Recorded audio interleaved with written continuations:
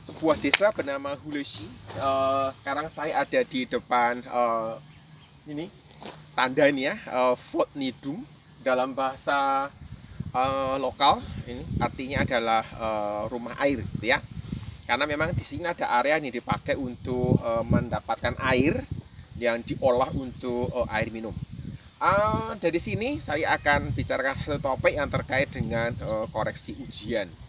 Bagaimana mengkoreksi ujian ini, kalau banyak apakah dibaca satu-satu gitu ya, bagaimana mendeteksi kecurangan dan seterusnya. Itu yang akan saya bicarakan. Nanti kita akan masuk gitu ya, sambil lihat-lihat nanti kita akan bagi materinya. Sampai jumpa.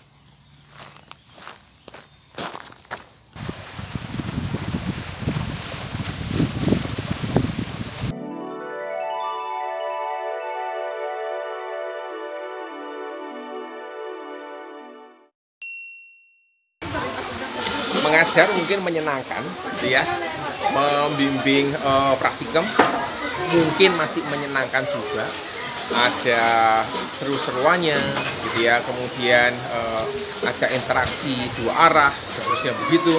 Tetapi ketika kita bicara tentang memeriksa tugas, memeriksa laporan, memeriksa ujian, itu berada pada dimensi yang berbeda, berada pada area yang berbeda, karena bukan lagi sesuatu yang menyenangkan. Saya masih mengakui itu, karena ya Anda sendirian ya, tidak ada interaksi, tidak ada komunikasi dua arah, tapi hanya ada membaca,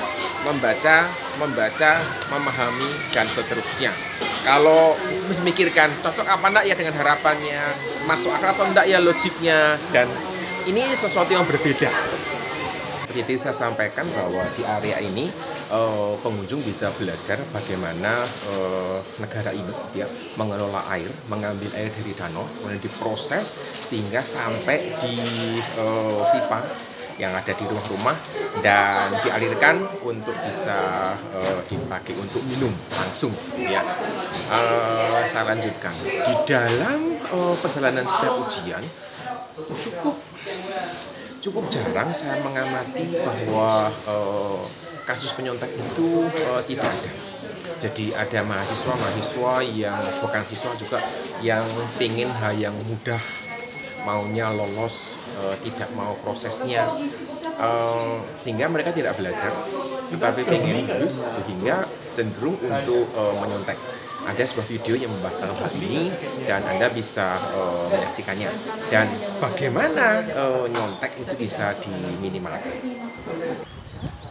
Materi yang saya ajarkan beberapa berhubungan dengan matematika gitu ya, sehingga ya karena ada korelasi dengan matematika maka stigma sulit lulus, kemudian stigma nilainya itu tidak mudah mendapatkan nilai yang baik, itu menjadi satu hal yang biasa saya dengar.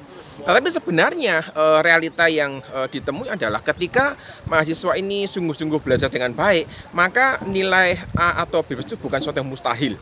Dan itu sudah dibuktikan dengan banyak mahasiswa yang dianggap lemah secara akademik, tetapi mereka mau belajar, mereka mau berusaha, itu yang mereka peroleh. Mereka pun juga sempat takjub gitu ya, kok bisa saya dapat nilai A gitu. Padahal saya ini dinilai underdog oleh rekan-rekan yang lain, juga oleh beberapa sejawat dosen. Dengan ujian, maka saya berkomitmen untuk menyelesaikan koreksi itu semuanya dalam waktu 2 minggu setelah tanggal ujian.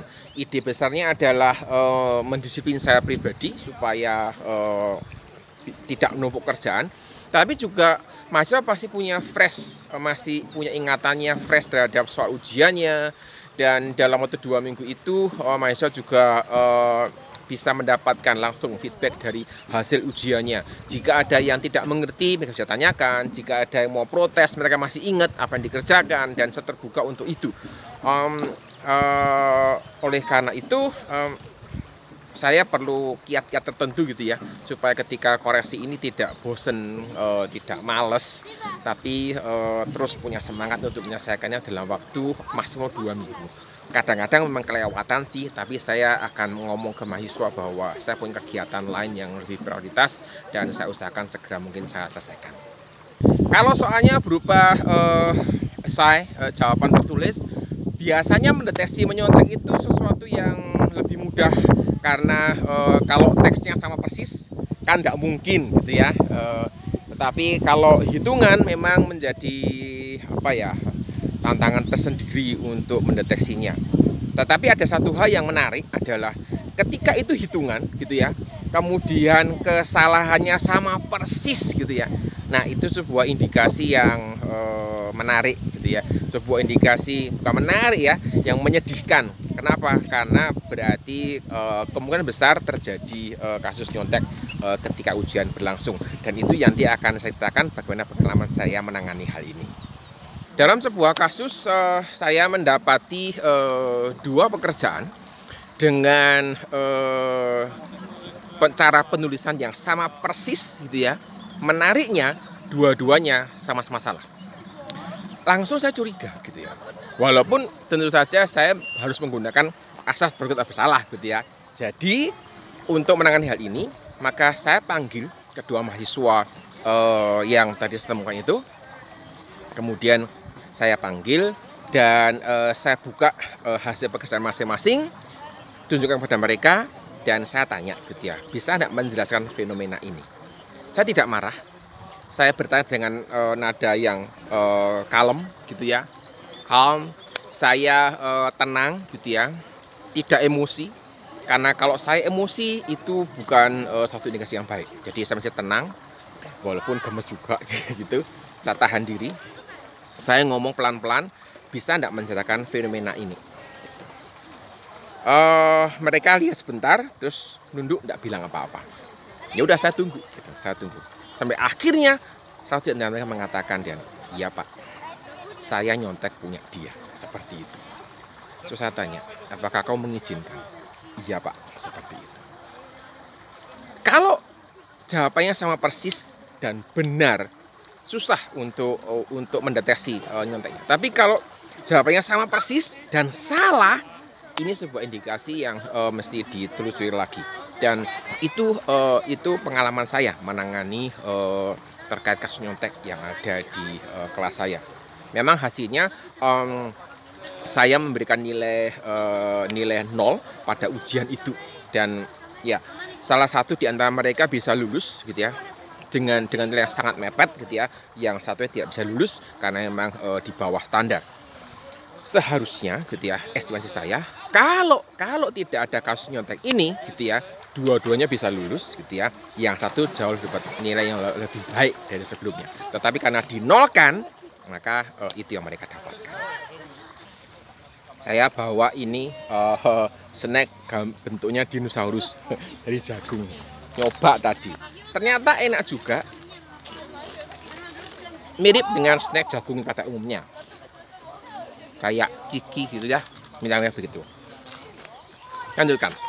Kalau kita bicara tentang materi yang hitungan, bagaimana mendeteksi kasus nyontek ini gitu ya, cukup menantang, tapi kita bisa menggunakan satu trik tertentu. Pertama, dalam ujian yang berhubungan dengan rumus-rumus, maka kita bisa mengizinkan peserta ujian untuk membawa rumus satu halaman lah misalnya, atau di dalam soal disediakan rumusnya, sehingga mereka tidak perlu siapkan rumusnya, semua pada level yang sama, semua melihat rumus yang sama. Kemudian salah satu hal yang ingin saya bagikan adalah ketika soal ini berupa hitungan gitu ya. Kalau matematika kamu ini agak sulit ya, tapi kalau hitungan misalnya seperti fisika atau matematika terapan, itu agak berbeda karena kita bisa meminta mereka untuk memberikan analisis terkait dengan hasil yang dihitung. Nah, analisisnya ini kan bukan dihitung gitu, kan berupa cerita terkait dengan angka yang mereka peroleh, bagaimana korelasinya dengan ilmu dan teori yang sebelum diajarkan, sehingga ada cerita yang dituliskan. Nah, dari cerita inilah kita bisa melihat apakah seorang mahasiswa itu bisa menghitung dengan tepat karena dia mengerti, atau dia hanya nyontek tapi tidak sempat untuk bisa membuat ceritanya gitu. Sehingga ketika hanya bisa menghitung, tidak ada ceritanya, ya tidak bisa mendapatkan nilai yang maksimal. Dan itu yang saya terapkan dan sangat menolong saya untuk membedakan mana yang kira-kira mengerti dan mana yang tidak mengerti. Kasus nyonteknya juga sudah bisa diminimalkan dengan cara yang demikian. So if I like... Analisis itu memaksa mahasiswa untuk berpikir, untuk memasukkan hal-hal yang dia ketahui, wawasannya apa, sehingga juga menolong dosen untuk mengevaluasi bagaimana pemahaman mereka terkait dengan materi yang diujikan. Dengan memberikan hal yang demikian, kadang juga menarik gitu ya, karena bisa juga menghindari menyontek tadi. Kemudian saya juga pernah diminta mahasiswa, Pak, ujiannya pilihan ganda saja gitu. Terus saya bilang, gini aja, BS, betul salah gitu. Mau enggak? Oh iya boleh Pak. Nah, tapi begini, kalau jawabnya B atau jawabnya S gitu ya, kasih alasan. Tapi kalau enggak cocok antara jawabannya B dan betul gitu ya, cocok dengan kuncinya, tapi alasannya salah, ya salah, saya bilang gitu. Waduh Pak, enggak jadi gitu. Kenapa? Karena mereka maunya mudah, mereka maunya yang gampang dan tidak perlu mikir panjang. Saya bilang enggak. Kalau Anda menjadi mahasiswa, maka ketika menjawab harus punya alasan. Itu juga yang saya terapkan kepada anak-anak saya ketika kami berdiskusi. Saya selalu tanya, kenapa? Alasanmu apa? Dasarnya apa? Dan seterusnya. Semoga tips ini bisa menolong sahabat SB semua untuk bisa mengkoreksi buat Anda dosen atau jabat sebagai guru. Dan dari kawasan Vodnidum gitu ya, rumah air di Republik Czech, saya sampaikan materi ini. Saya tutup sampai di sini karena saya mesti makan snack ini dulu ya.